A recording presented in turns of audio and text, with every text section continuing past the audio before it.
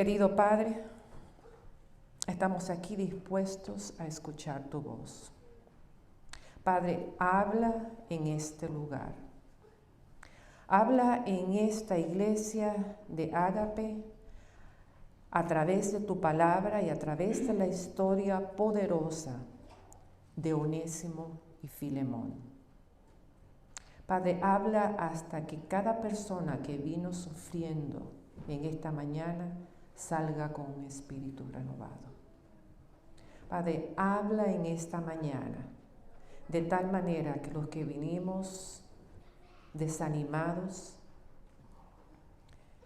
atribulados por las cosas que en esta semana hemos pasado, las que este mes hemos pasado, o las que por años hemos estado acarreando.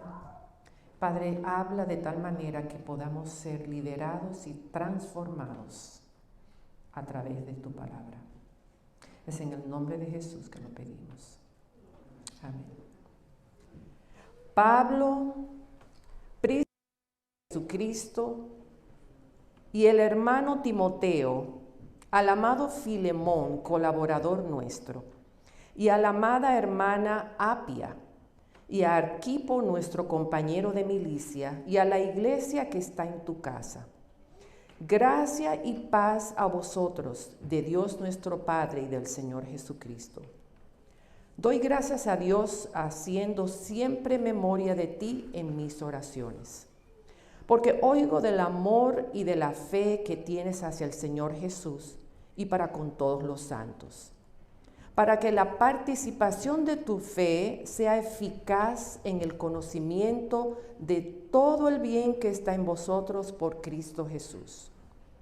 Pues tenemos gran gozo y consolación en tu amor, porque por ti, oh hermano, han sido confortados los corazones de los santos.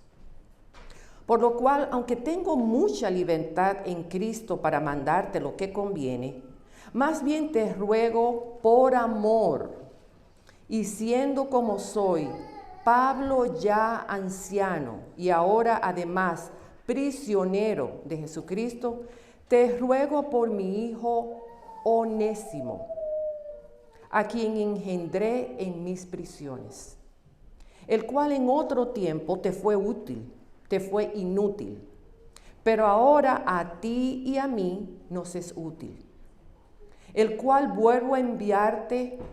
Tú, pues, recíbele como a mí mismo.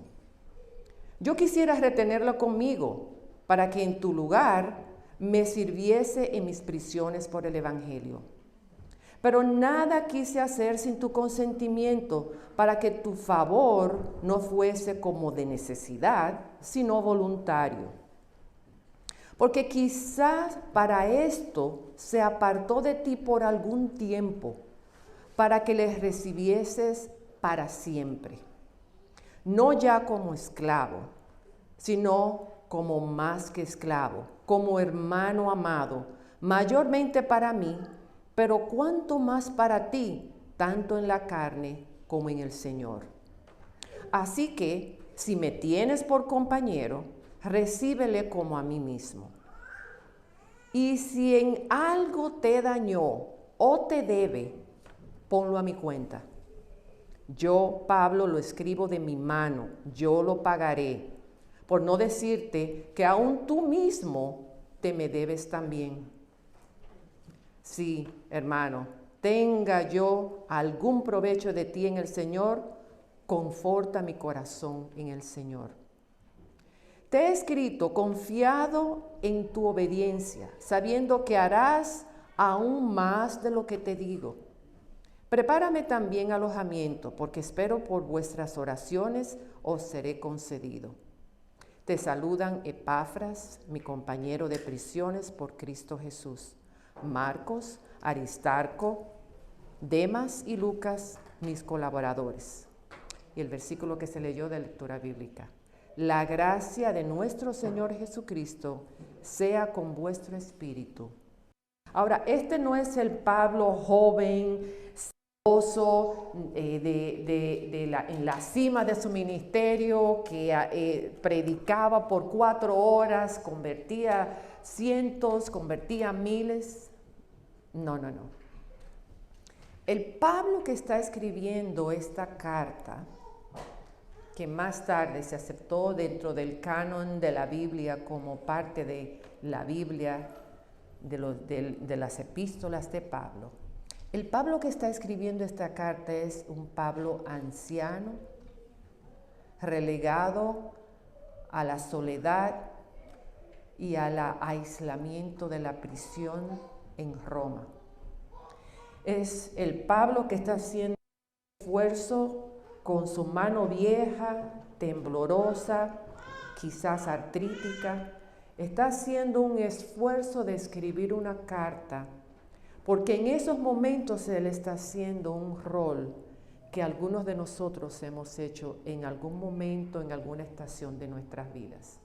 Hemos tenido que ser intermediarios. Lo que Jesús llama en el Sermón del Monte los pacificadores. Es una carta que está siendo escrita por amor y con amor.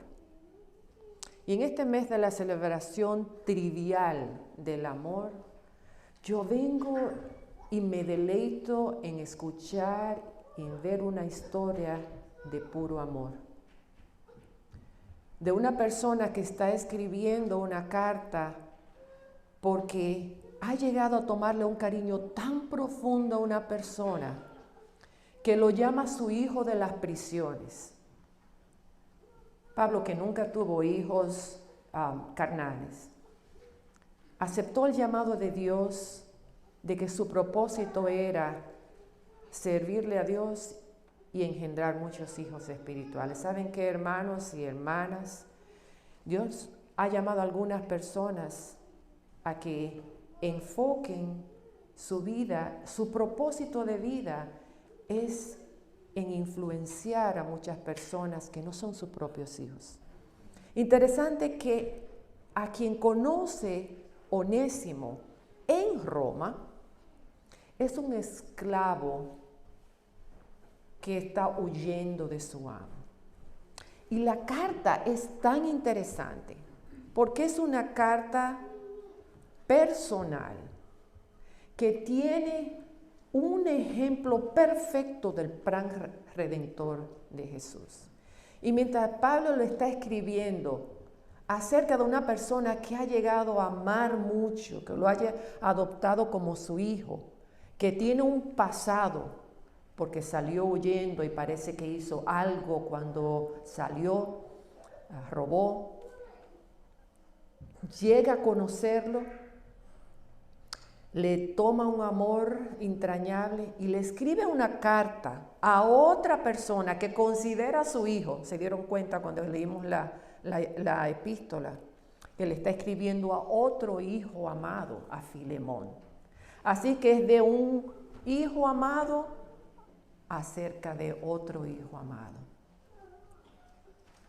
Lo interesante también del caso es que Pablo está escribiendo a un hermano, acerca de un hermano, y entre esos dos hermanos todavía no está clara la relación de hermanos. La historia trata, según dice Elena G. de White en el libro Hechos de los Apóstoles, trata de la relación entre personas antes de conocer el Evangelio y cómo el poder transformativo del Espíritu Santo modela y cambia y pone bajo nueva luz el concepto de amor fraternal.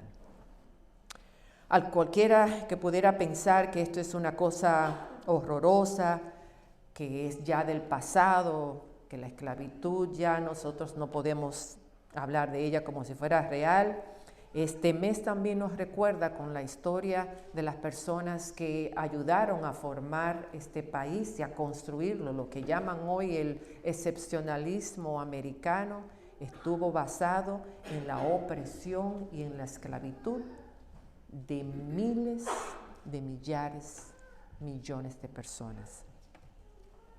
Y Pablo ahora está haciendo frente a una situación que culturalmente era aprobada en esa época.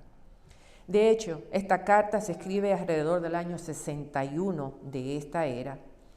Y el historiador Plinio comenta en sus redacciones de la historia de la época, menciona que entre los años 150 a 235 después de Cristo, había 3 esclavos por cada persona libre en Roma. De hecho, se habla de una persona llamada Cecilio que tenía en su posesión más de 4.060 esclavos bajo él. Y había leyes muy rígidas que gobernaban esta forma de servitud.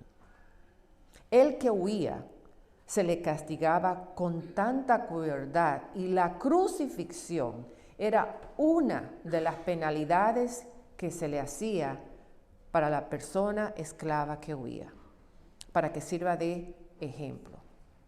Si un esclavo robaba, cuando se le agarraba, el castigo era cortarle las manos. Así que la historia que tenemos enfrente de nosotras es una historia que está entretejida entre amor, entre el antecedente sociocultural, pero más que nada yo quiero enfocarme en el efecto que tiene el poder del Espíritu Santo en transformar la vida de las personas y escuchen bien claro, en transformar la actitud y el comportamiento de una persona que ha aceptado a Cristo. El nombre Onésimo, interesantemente, quiere decir el que es útil. El que es útil. Por eso Pablo, que es una persona intelectual, utiliza un juego de palabras cuando habla en la carta y le dice a Filemón, el que te era inútil en el pasado, ahora es más que útil. Utilizando un juego de palabras, está haciéndole ver que algo ha pasado en la vida de Onésimo. Ahora, Onésimo está con Pablo en Roma. Y parece que la historia se desarrolla así. Y por cierto, si quieren aceptar una tarea que le pongo, como siempre le pongo tarea, léanse el libro Hechos de los Apóstoles en el capítulo 44. Repasen otra vez la historia. Y ustedes van a ir a descubrir una cantidad de cosas que nos enseña a nosotros la actitud correcta del cristiano frente al dilema del perdón y de cómo tratar a las personas que han sido perdonadas. Onésimo está siendo batallado mentalmente porque Dios está trabajando en su mente de que Dios tiene un plan, un propósito para él. La vida que lleva bajo el servicio de Filemón es una vida que solamente la conocen aquí las personas que han pasado por el terrible proceso de la trata de esclavas, la trata de blancas y las personas que son llevadas de un lugar a otro para poder ser usadas como objeto sexual o de servicio.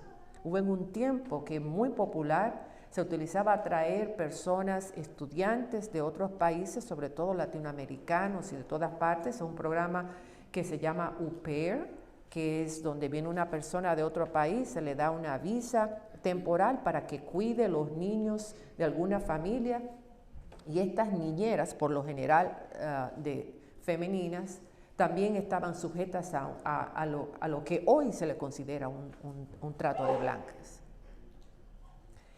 Y este punto de la esclavitud es más allá de la esclavitud física, porque Onésimo estaba sufriendo el tener que trabajar cuando se le decía que tenía que trabajar, comer cuando se le decía que tenía que comer. Si tenía un hijo, no era su hijo, era el hijo del amo. Y esto en confrontación con lo que Dios estaba trabajando en su mente. Así que parece que un día él tuvo suficiente, se le prendió la luz y dijo, yo hasta aquí tengo y aquí me voy. Decide huir y parece, según lo que podemos interpretar en la historia que Pablo está redactando, parece que al huir, para poder financiar su viaje, parece que toma algo, o dinero, o alguna posesión de Filemón y se escapa. Un día Filemón y la gente que administraba su propiedad se levanta y no encuentra a Onésimo, simplemente se desapareció y parece que después de un tiempo se dio cuenta, bueno, también se llevó tal cosa. La historia pasa de tal manera que Onésimo, cuando decide escaparse, dice un refrán que el mejor sitio para ocultarse es donde hay mucha gente. De esa pequeña ciudad, dice, el mejor sitio donde yo me pueda confundir es irme para Nueva York. Just kidding, bromeando. El Nueva York de la época era Roma. Era la gran metrópoli, ¿no? Aquí Onésimo se encuentra en las calles de Roma buscando lugar. Se le acaba el dinero, pero logra escuchar de un grupo de personas que se reúnen en unas casas y ahí empiezan a compartir la comida, todo el mundo lleva algo. Si alguien necesita ropa, ahí se le consigue. Escuchan de personas que han conseguido trabajo por referencia y ese grupito de personas se reúnen con mucha frecuencia, se reúnen en casas, se llegan a conocer los unos a otros. Lo que te pasa a ti, nada más toma 2 reuniones, yo saber qué te está pasando, cuántos hijos tienes, a quienes dejaste en Honduras o en República Dominicana, qué clase de habilidades tienes. La cuestión es que Onésimo termina en un círculo de cristianos. Empieza a comer cuando no tiene recursos para comer. Y además de llenar sus necesidades físicas, este círculo de personas llega a llenar su necesidad espiritual. Gloria a Dios por eso. Y es allí donde encontramos a una persona con necesidades físicas, emocionales, mentales y espirituales, que se beneficia de un grupo de hermanos colaborando todos juntos. En esa época se le podía llamar un pequeño comunismo, ¿no? Estaban todos compartiendo, pero la realidad es que se llenaban esas necesidades que Elena G. de White llama la esfera del ser completo del ser humano. Porque nosotros no solamente somos parte física, tenemos un huequito en este corazón que Dios nos ha puesto, que solo lo llena el Espíritu Santo. Por eso es que cada persona que entra por esa puerta, por ahí, cada sábado, o cada persona que entra por esa puerta en su casa, nosotros que ya tenemos este abastecimiento espiritual, abastecimiento social y abastecimiento físico, debemos asegurarnos que sale alimentada. Porque cuando terminamos esta historia de Filemón nos vamos a dar cuenta que la influencia de transformación de una persona transformó la iglesia primitiva de la época. Y encontramos a esta persona compartiendo con ellos y le dice, ¿saben quién te puede ayudar a entender el evangelio de Jesús? Tenemos un viejito, está encarcelado ahora, pero tenemos uno que te puede dar un buen estudio bíblico de la fe de Jesús. Y lo llevan donde, ¿quién? Pablo, en la prisión. Y ahí empieza a enseñarle a Onésimo, y cada vez que viene, Onésimo se encuentra con una paz y un gozo al escuchar las palabras de Pablo, que un día decide aceptar a Jesús como su Salvador personal, y Onésimo es transformado. Por eso es que Pablo dice que el inútil se convierte en útil por el poder transformativo del Espíritu Santo. Algunos de nosotros tenemos familiares y amigos cercanos que nos han rechazado la palabra de Dios por décadas. Y no sé ustedes, pero yo lo tengo. Y yo continúo con la esperanza de dar poquito a poco porque sé que va a llegar el momento, no por lo que yo diga o por el texto que le mande o por nada, sino porque va a llegar esa gota en el tiempo de Dios que va a hacer la gran diferencia en esa persona.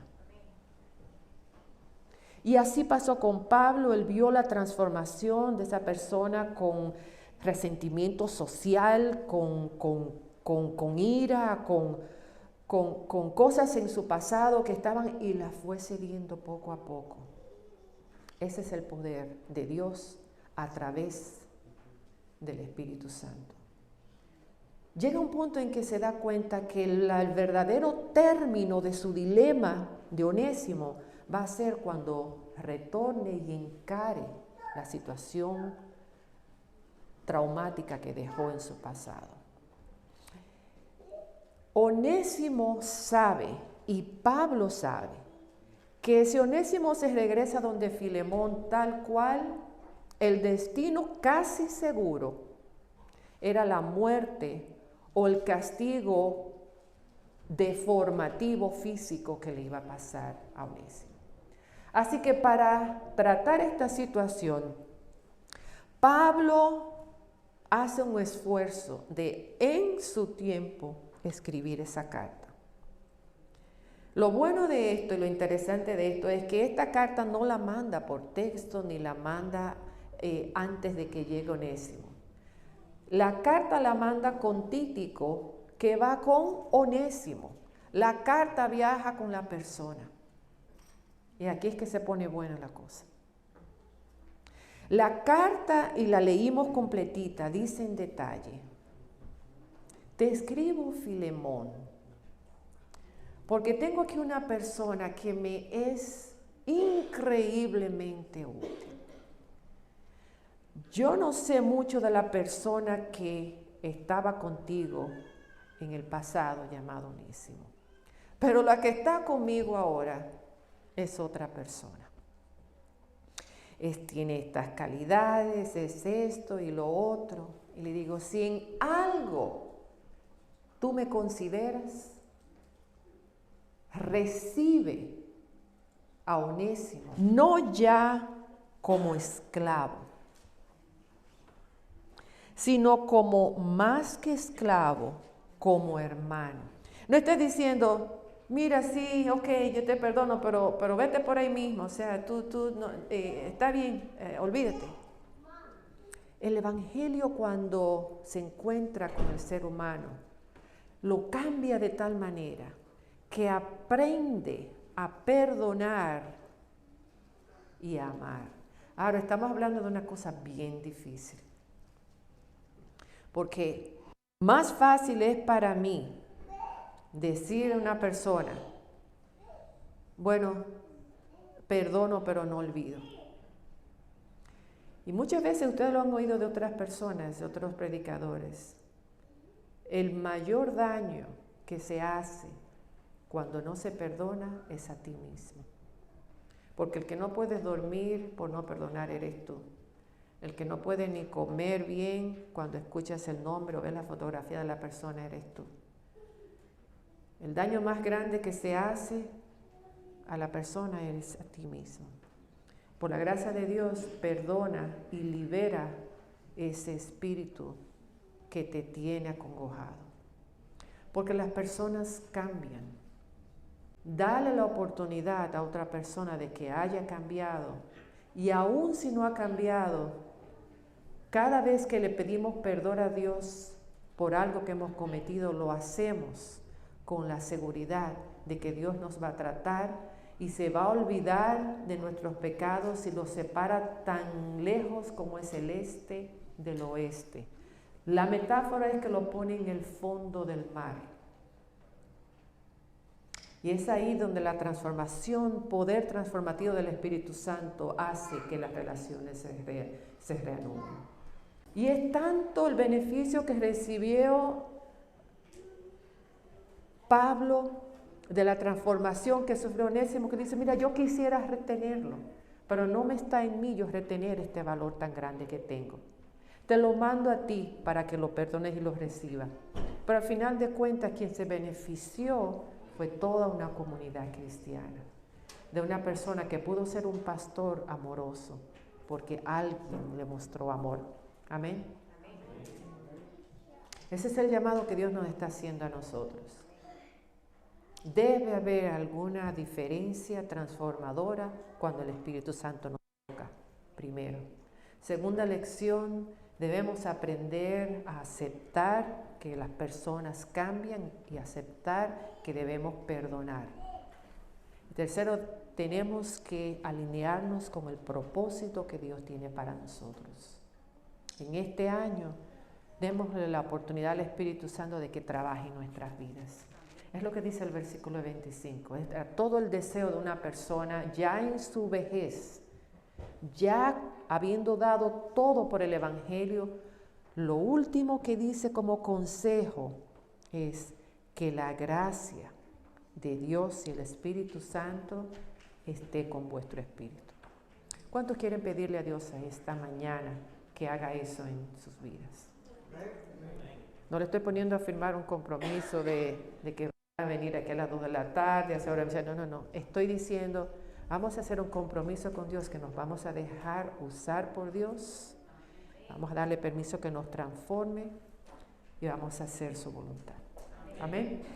Padre querido, estamos agradecidos porque además de llamarnos una vez en el pasado para entregar nuestras vidas a ti, continúas llamándonos cada día, reforzando la idea de que tú tienes un plan para cada uno de nosotros y que este es un buen año para empezar a alinearnos con el plan de dedicarnos más activamente a participar en tu reino de los cielos. Padre, te damos permiso para que cuando actitudes y emociones y pensamientos negativos estén minando nuestra mente, te damos permiso para que por obra del Espíritu Santo sean desechados completamente. Queremos ser guiados por ti. Queremos, Padre, ver en qué cosas debemos cambiar en nuestra vida familiar, en nuestra vida de trabajo, en nuestra carrera profesional, en nuestra vida de familia aquí en la iglesia. Transfórmanos, Padre.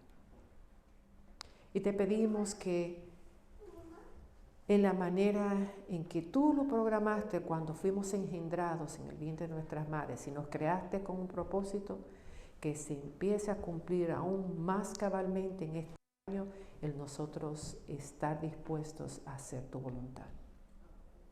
Gracias, Padre, por protegernos hasta estos momentos. Y agradecemos porque tu Espíritu Santo va a continuar el trabajo y no vas a descansar hasta que no lo veas terminado. Gracias por esa promesa de que el que empezó esa obra la terminará. Alabado y glorificado sea tu nombre. Oramos en el nombre de tu Hijo Jesucristo. Amén. Amén.